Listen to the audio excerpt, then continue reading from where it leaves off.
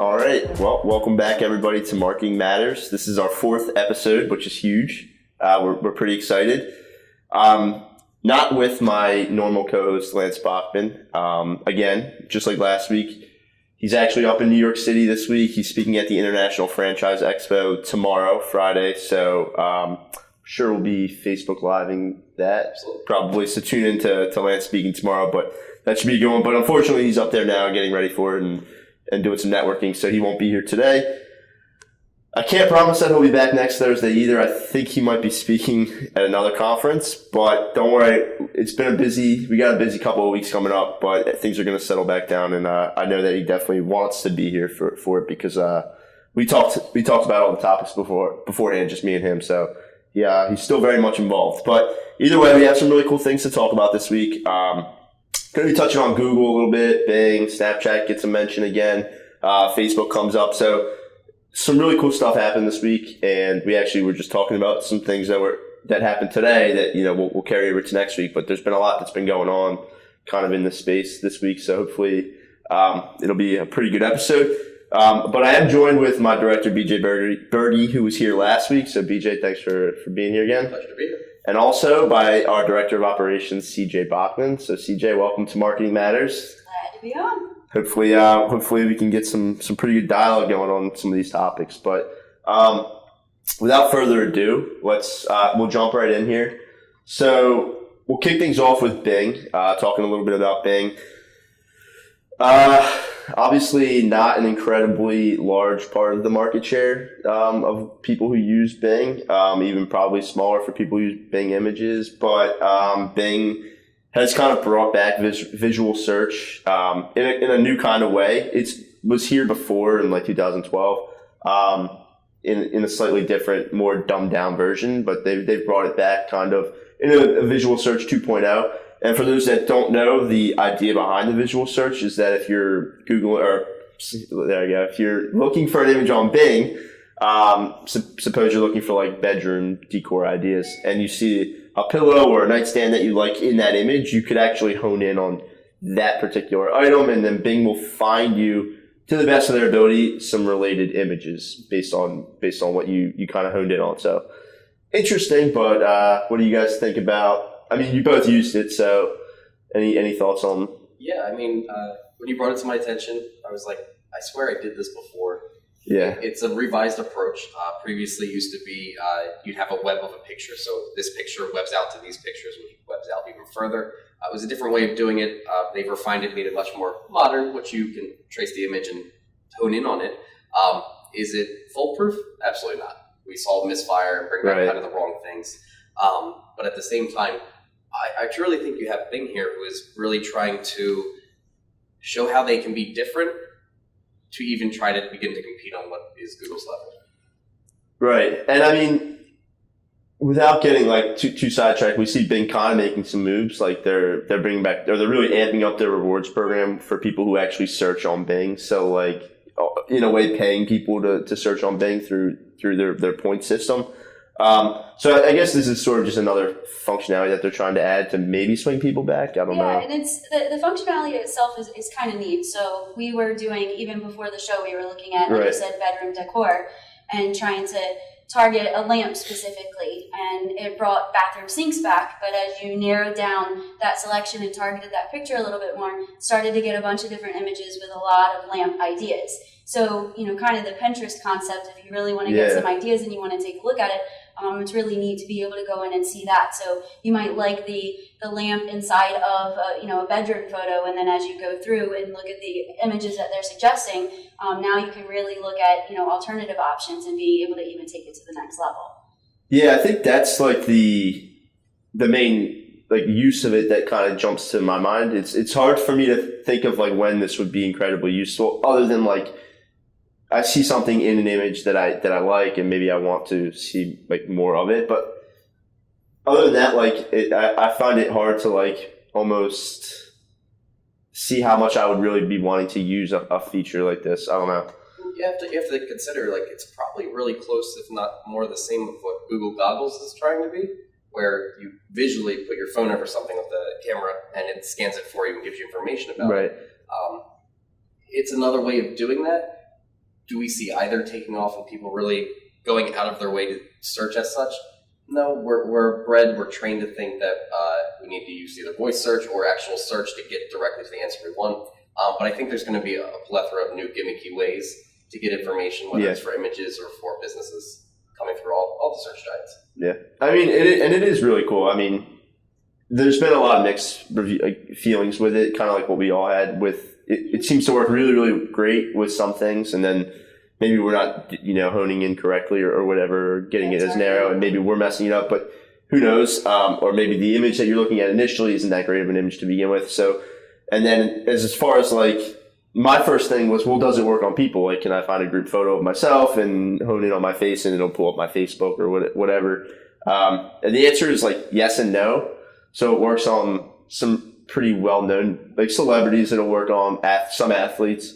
But then just like on ordinary people, it kind of will see like, we tried it on you and it was like, it just brought back other males that had beards and, black hair. So like, it wasn't, I guess it just figures out what you are. You're a man with black hair, a beard, and then just gives you images that fit that description. It doesn't like get crazy specific. Yeah, we don't have that CSI level. Yeah. Being able to Not sample yet. people. Not yet. I mean, there are other apps and everything already that you can utilize if I like something and I click on it and it tells me what it is and where I can buy it and that kind of feature. So eventually, if Bing really wants to take it to the next level, if I want to buy that, that tea set or those coffee cups, and it brings me back those options. So not just the images, but where I can go to even learn more. I think that's when you would see this flourish a little bit more. For now, I think it's just kind of interesting and cool to be able to play around with it and see how close you can get. So the big question then is, are you both going to go change your default browser or search engine to Bing? No. Barring the snooze. But not even the slightest thought. It's a toy. I like to play with new things, but just like any new toy, it passes its I guess, fun factor, and then it's the end of it. Yeah, but Yeah, it's an absolute no for me too. Okay. So I'm good with where I'm at for now. So, well, then that's probably a kind of a cool segue into a story that we'll be talking about in a little bit here, which has to do with the search engine I'm sure both of you are using all the time, which is Google. But before we get there, we'll take a pit stop at Snapchat. So we talked pretty extensively about Snapchat last week and how they recently made the move to acquire Placed, which was the startup that helps kind of companies that have virtual ads measure real life spend and real life like revenue that they're generating, which is really interesting. And it kind of goes to show you that Snapchat wants to sell ads for more money, and in order to do that, they need to be able to provide insights saying like, hey, your ads are actually doing something.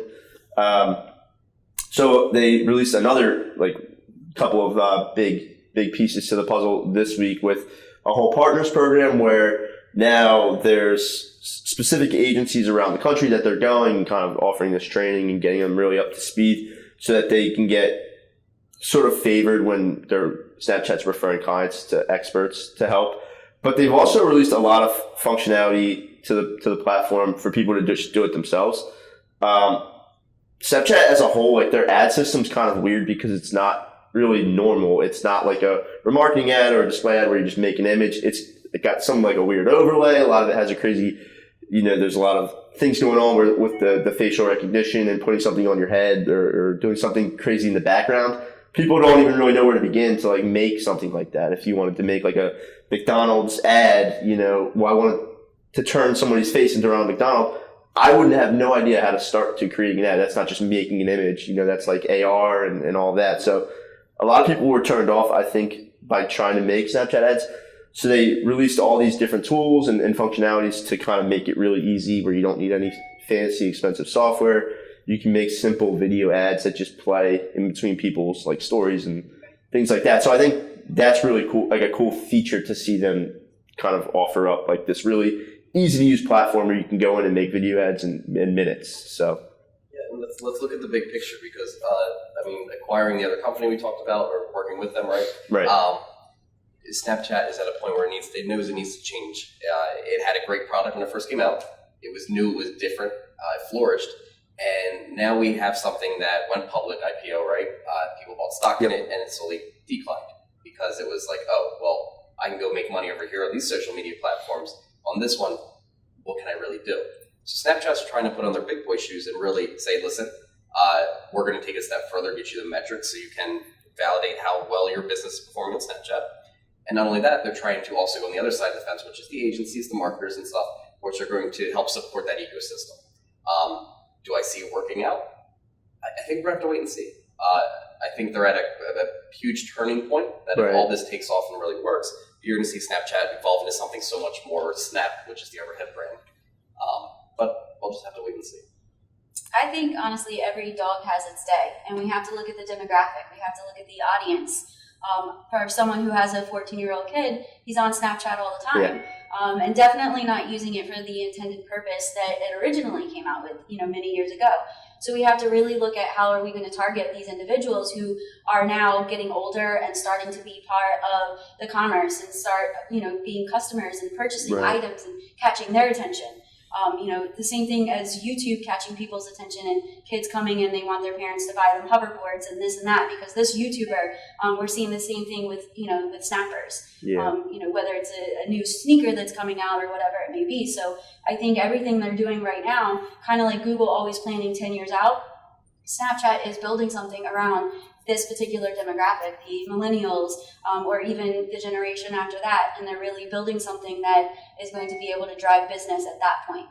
So it's cool that they're getting agencies involved so they can figure out now how to monetize it. And I think that, BJ, we'll see a big change happen and it really make its way into the industry. Yeah, and that's a great point because, obviously we're in the, we buy things, we shop, we're older, but I think they're doing a lot of the legwork now to kind of gear up for when those people are hitting the age where they get their, their first job and they get their credit card, or they grow up a little bit more. They're going to be right there, and they're not going to stop using Snapchat. I mean, they're kind of that generation that started with it, so I feel like they're going to continue. No different than the evolution of Instagram. So it's just going to continue to evolve around who their core audience is. Yeah, and I think that there is, I agree. I think there's a ton of opportunity in terms of some serious money to be made through advertising, just because of the amount of people that can really see, and how many users they have. So, I mean, it's cool. But so with what they released, they also released some updated platforms to really look at the metrics of how your ads are performing.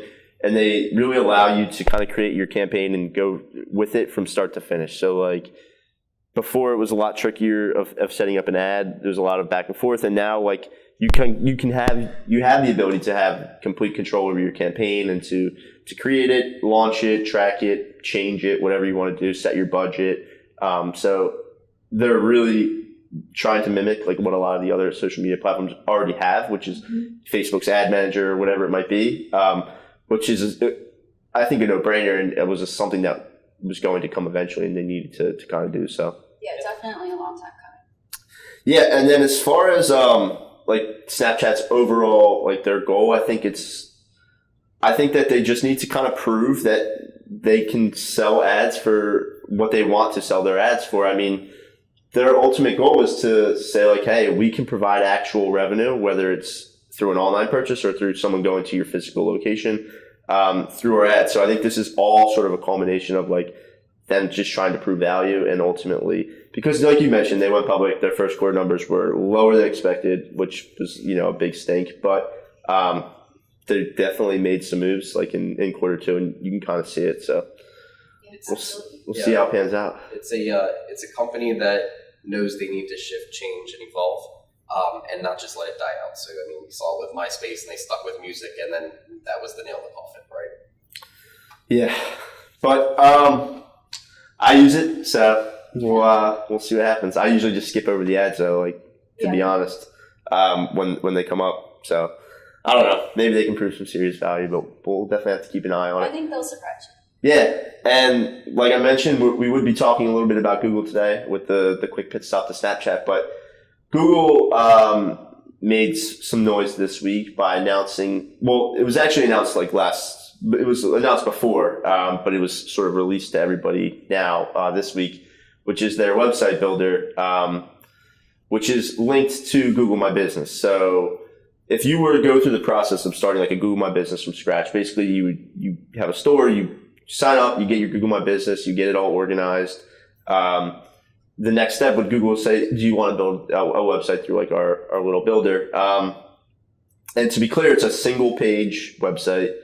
It has the functionality to autofill from your Google My Business. So it can pull your pictures and your directions or your hours, everything, and fill it right on that page. It also has the ability, which is interesting, to auto update. So as you update your Google My Business, it'll actually update your little website as well. But the main point of this is Google claims that there's 60% of small businesses that don't have websites. So it's to kind of, I guess, get them on the map a little bit more, get them to create a website, and like we were talking about before, ultimately get them into the cycle of buying some advertisement as well. So correct. Yeah, I think that one of the things that's difficult for people to understand when they first start a business is there's so many different things that you have to have going on to then make sure that you're able to reach all of your intended audience. So with local being so important, Google My Business is now becoming one of those first pit stops on getting everything set up. Yeah. So if you don't have a website and you don't have the money to invest into it, in the beginning, this is really helpful. And again, like we said, it helps Google because now I have a landing page that I can, set up my advertising to go to, and I can start getting some revenue. Essentially, you call it little, and that's really the best, term for it because it's very limited. right. And while you can have it set up properly for mobile, and it's very helpful in that capacity, you can only do so much on one page. So being able to, then hopefully monetize your business a little bit more and then start building a real website outside of, the small website builder is still going to be ultimately what people have to do. But I think it's a good segue into helping, small business owners or entrepreneurs get started if they don't know quite where to begin.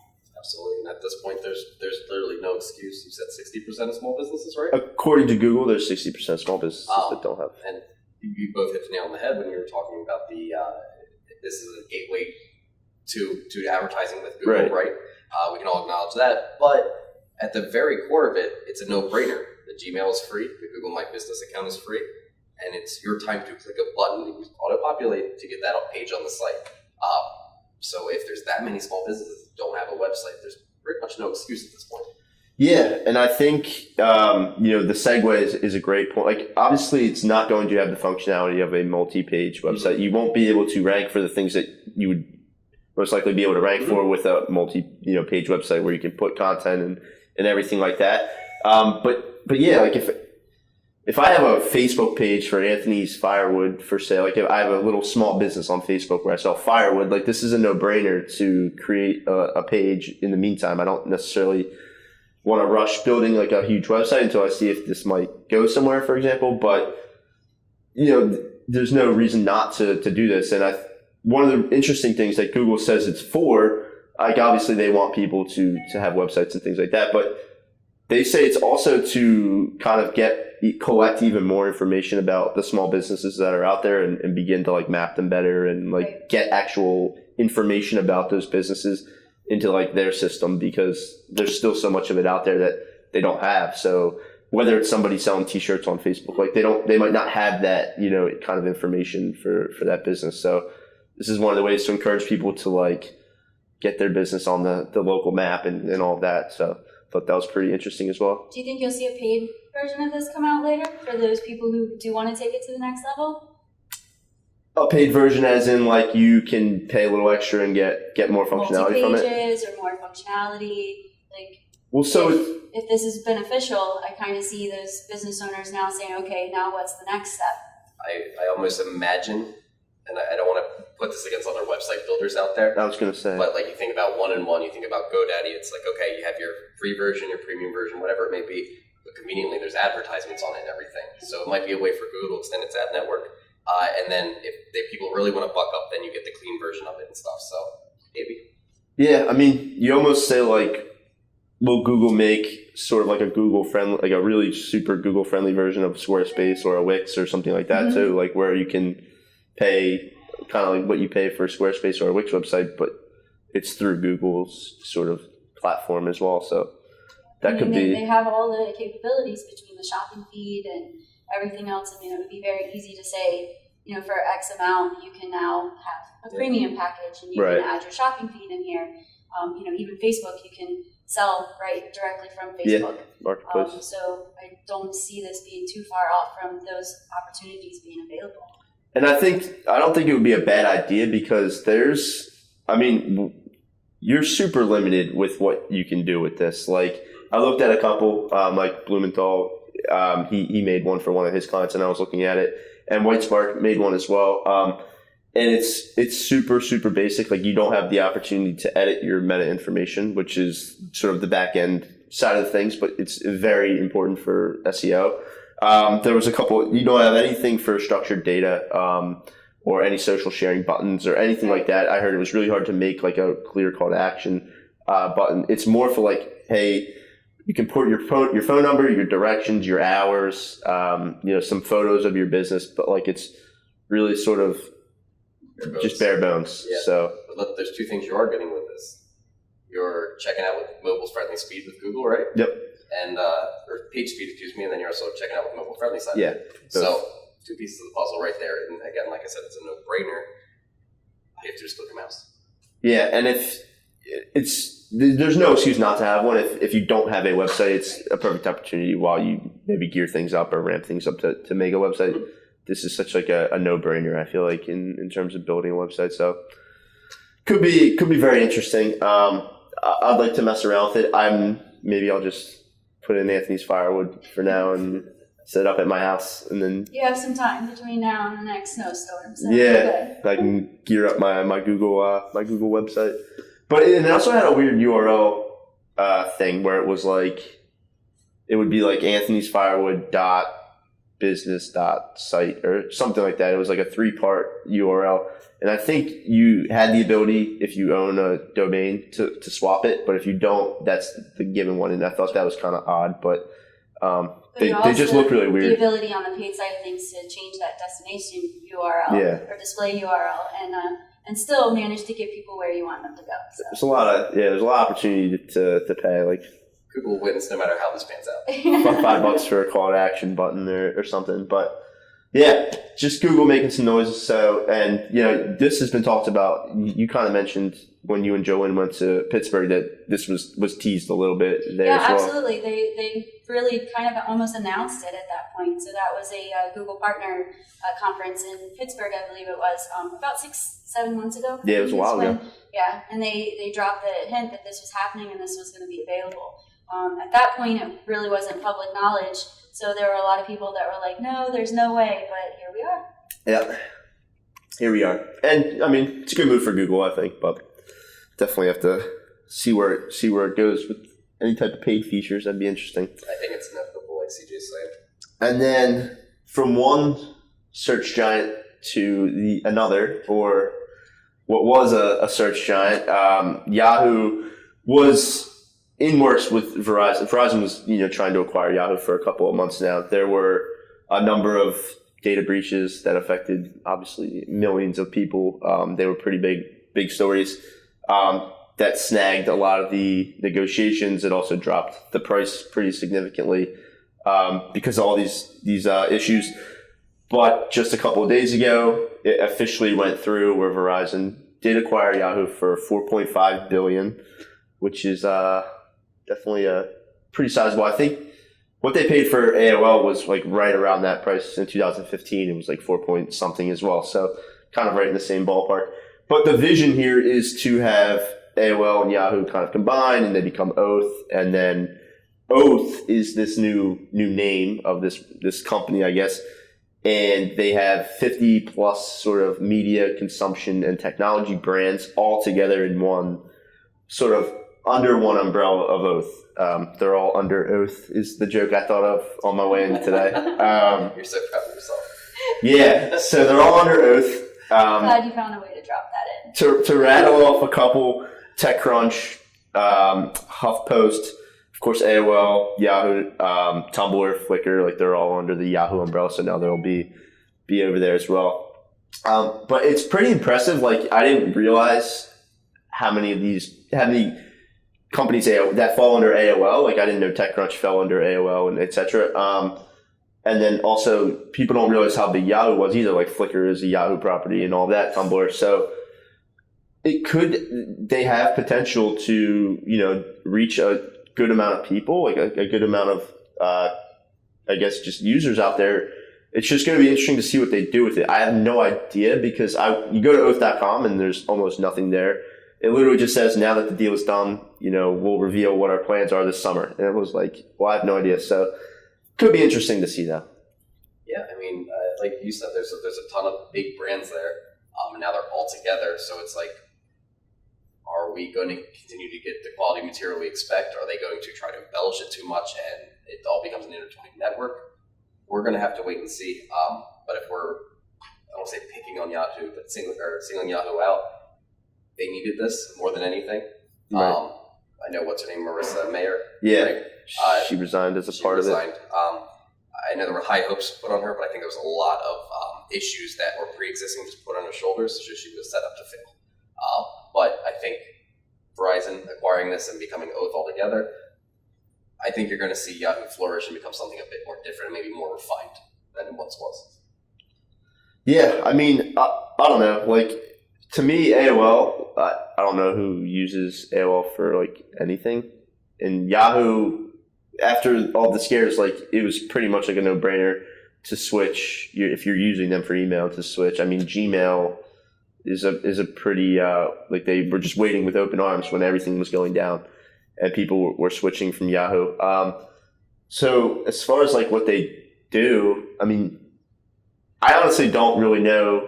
I mean, they have a lot of subsidiaries and like they're still huge corporations. So they definitely can make an impact. It's just, I think to the average person, when people hear Yahoo or they hear AOL, like nowadays, the average person is just going to be like, oh, I don't even care. But that's just like my perception of like what someone. I might show my age a little bit here, but I actually still have an AOL account. I don't use it. Okay. It was tied to my iTunes, again, my age. And so I just never went through and changed it. So it sits there. That way I can still, purchase music. I'm supporting our artists, by the way. I'm not just that old. I do as well. But I think it's going to be, really interesting to see not only what people do now that this is happening and how fast they run away from some of these different subsidiaries and components, but also what they manage to do with it. So you have all the layoffs happening, mostly on the HR and the accounting side of things and everything, but a lot of this is going to have to stay in place for a while if they're going to, want to continue to make money while they decide. I think with something this large, they can't afford to restart from scratch. So I'm going to be really curious to see how they allow it all to kind of tie together. And you mentioned the layoffs. That this was kind of brought up before the deal went down. Verizon basically said like we're going to cut about 15% of the staff. And what you said is a lot of the jobs overlay. So like Verizon already has an HR and accounting and all that. So some of the jobs are just duplicate at that point. They don't need it. But some are just additional. And we actually just today I saw an article that said HuffPost started with the cuts today. A lot of their corporate people are gone. So it's definitely happening. You can see it.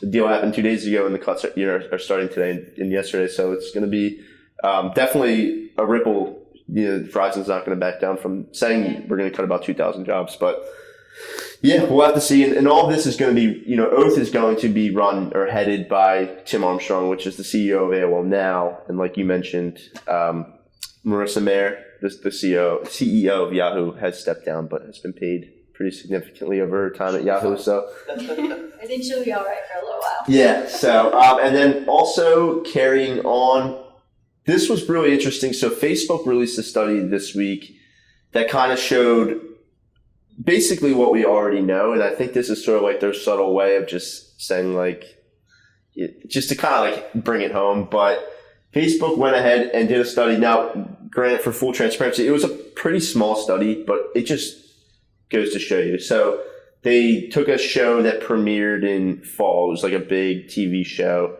And they took a group of people who were watching it and they monitored when they went on Facebook during the show. And I don't know if you can see or not, but the slides will be in the recorded version. So if you can't see, don't worry.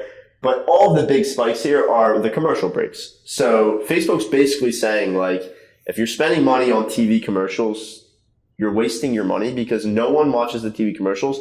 Everyone picks up their phone, and you need to be spending money on Facebook to get in front of the people who are on their phone during the commercials or whatever it might be. So it's pretty interesting, and I think this actually undersells it even more because if you look, like, this is just Facebook. I mean, this doesn't include Twitter, Instagram, people that text. Like, people just pick up their phone during commercials. It's almost like a habit. So Facebook's kind of saying, like, look, don't spend money on TV, spend money on Facebook. At least that's how I got it. Yeah, and I think it's only going to get worse from here. So Facebook is right. This is something that everyone's been talking about for a while. The DVR kind of brought this about. Right. You know, everyone's fast forwarding through the commercials, and then you have shows now on demand that force you to watch the commercials. And again, people are looking for that outlet. So in between these times when something is interesting to me, I'm going to go on and I'm going to, network.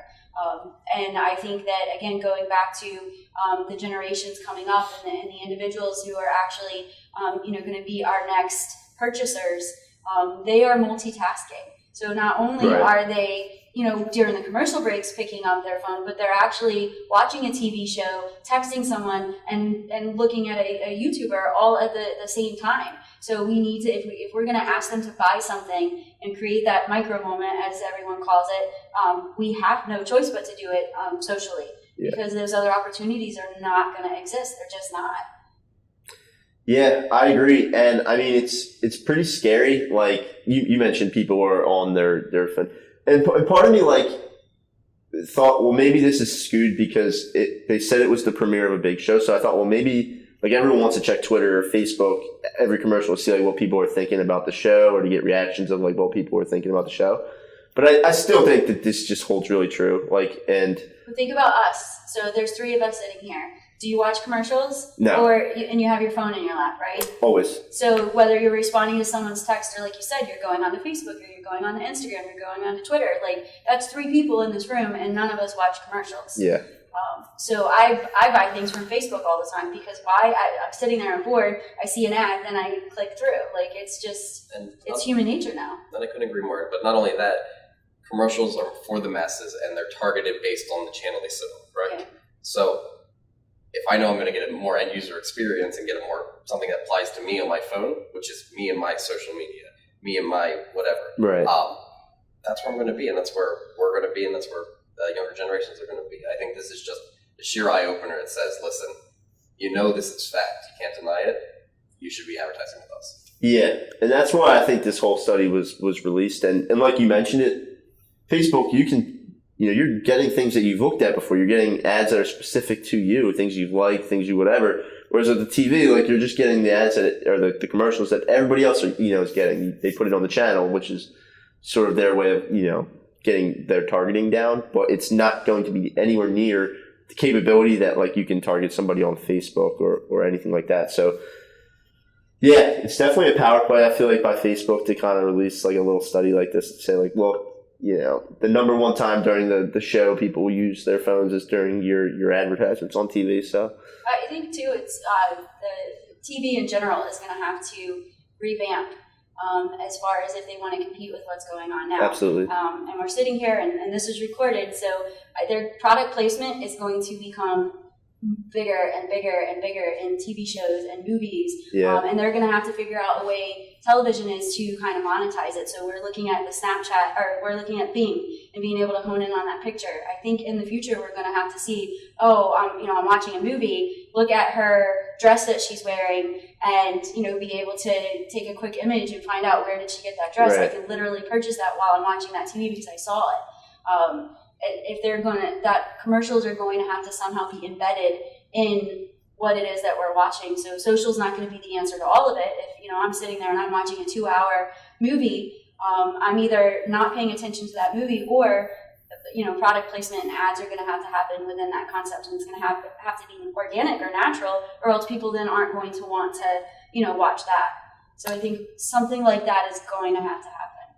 Yeah, I completely agree. I think the way commercials have been done on TV has not really changed in the last 50 years. So with the amount of technology that's coming out and the way the advertising kind of world is shaping, I think that they definitely are going to need to, I agree, I think they'll need to kind of make some changes to either keep up or something, because like we said, I mean, it's a mobile first world. Even when we're watching TV, it seems like everyone's just on their phone. So I think the way that you keep viewers, and gets kind of crazy, but it's maybe 4 or 5 years old at this point.